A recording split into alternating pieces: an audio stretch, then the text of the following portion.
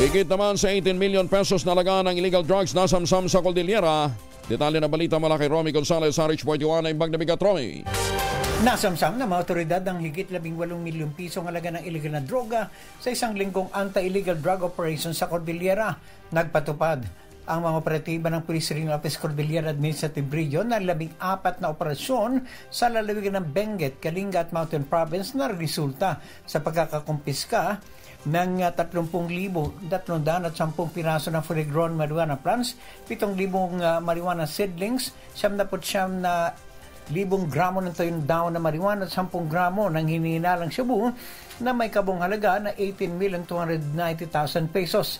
Sa lalawigan ng Kalinga na samsam ng Kalinga PNP ang illegal na droga nagkakalaga ng higit 12.6 na milyong piso.